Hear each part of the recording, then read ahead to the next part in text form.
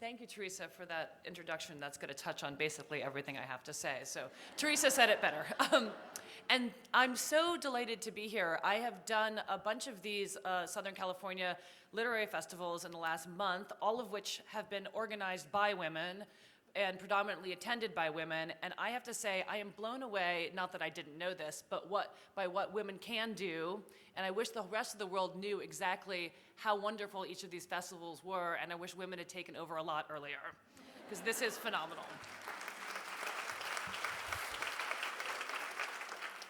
As Teresa mentioned, I grew up in Brooklyn, New York, where the novelists come from and where they get drawn into. But for some reason, I decided to set my first novel in Las Vegas, a place I'd been to once. This was a huge mistake. I had no idea what I was doing. I also grew up in a very literary family, but for some reason, when I began to write the book that would become The Art of Disappearing, it seemed as if I'd never read a book before. I thought a first novel or a novel had to be this crazy feat of imagination with like wild things happening and magical realism, and every thought that occurred to me in my entire life had to go into this book. And somehow it got published.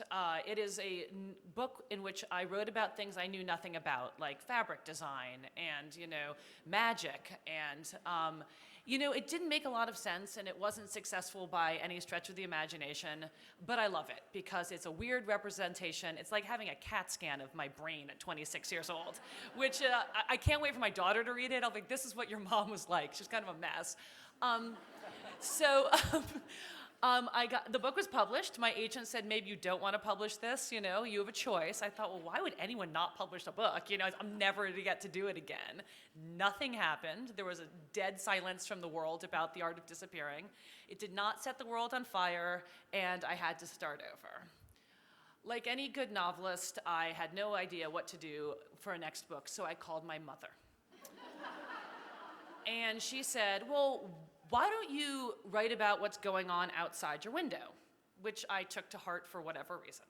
So I looked out the window, and I was currently living back in Brooklyn in an isolated neighborhood called Red Hook, which is cut off from the rest of Brooklyn by the Brooklyn-Queens Expressway, thanks to Robert Moses, who decided to ghettoize Red Hook, making it impossible to get in and out. There's no public transportation except for one bus.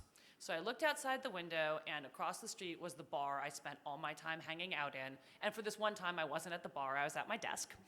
And I saw a bunch of people I knew sitting outside smoking, drinking, misbehaving, and I started to write. I wrote about the people in the bar, and then I wrote a story that expanded deeper into the community. I wrote about two young girls growing up in Brooklyn, sort of reflection of my childhood, but set later on. And I finished the book, and I thought I had my answer. I was going to be the new Jonathan Lethem, the new Paul Auster.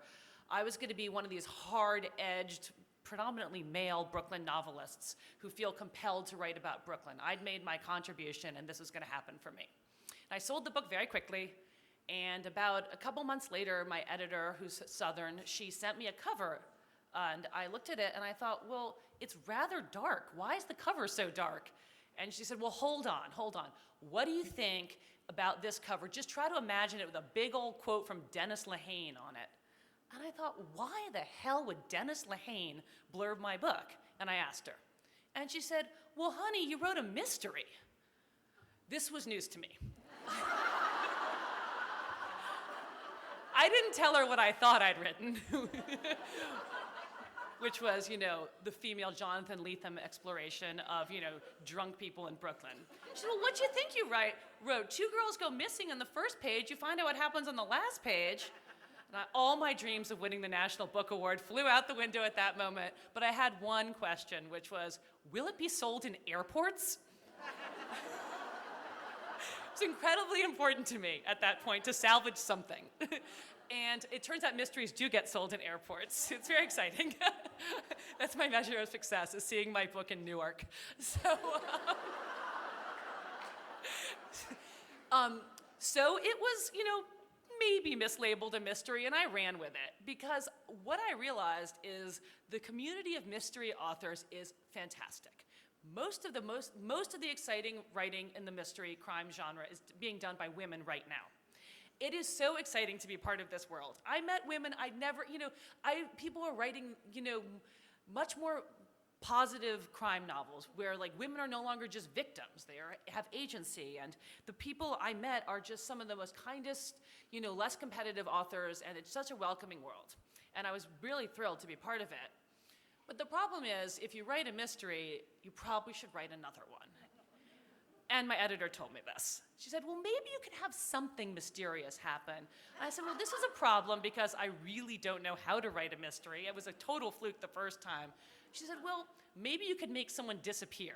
And I thought, well, okay, so in the art of disappearing, someone disappears. In Visitation Street, someone disappears. Like hell is someone to disappear at the start of my new book. So I didn't really know what to do.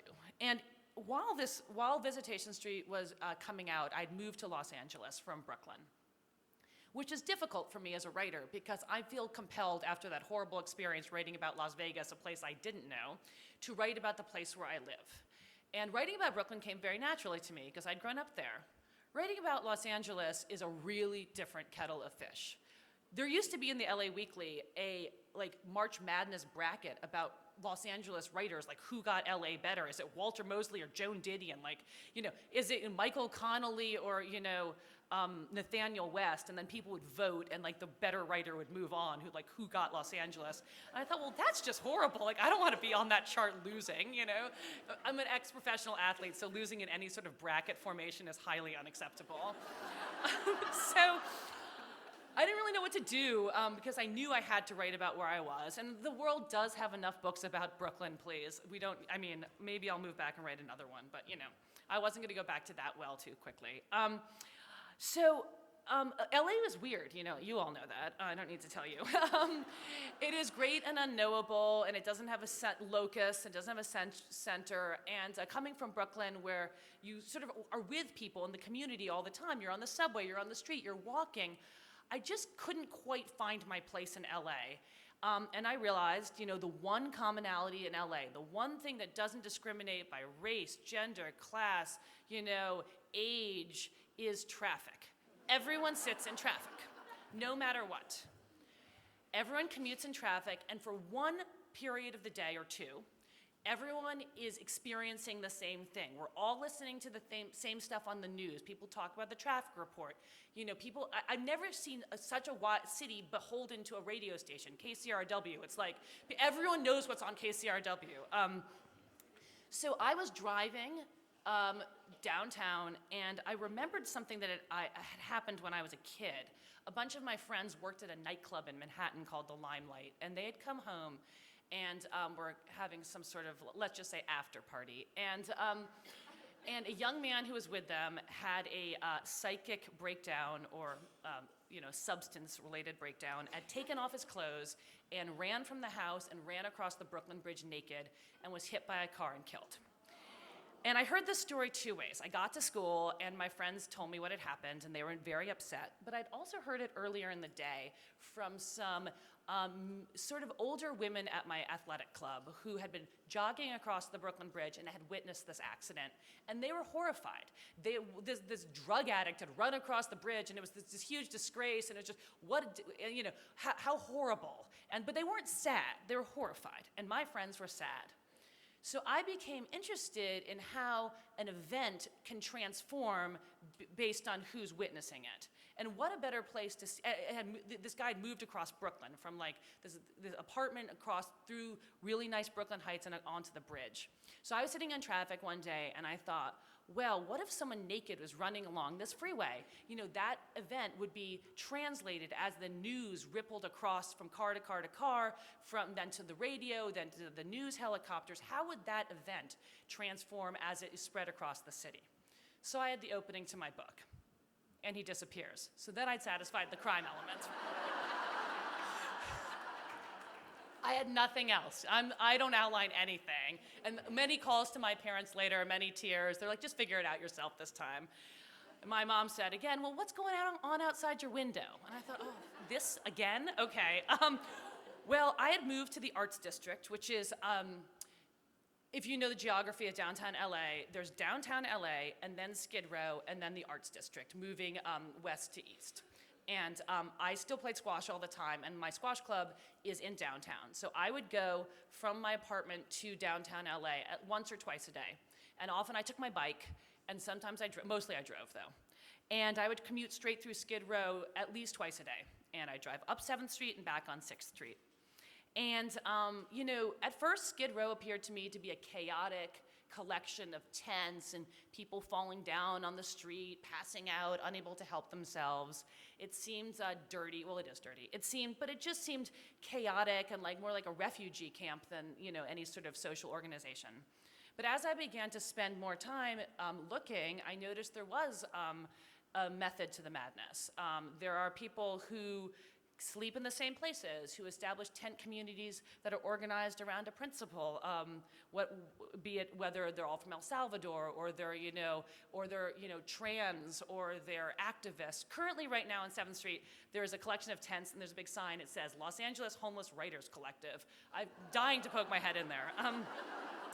So one day I had come home, my husband had started a job. It was the first time I was home alone since we got married or whatever, because we both worked at home. I was so excited. And, it was the best thing ever. He told me he was gonna be at work till midnight. So he works in TV. I opened a bottle of wine, I probably drank the whole thing, and I watched a documentary on Skid Row.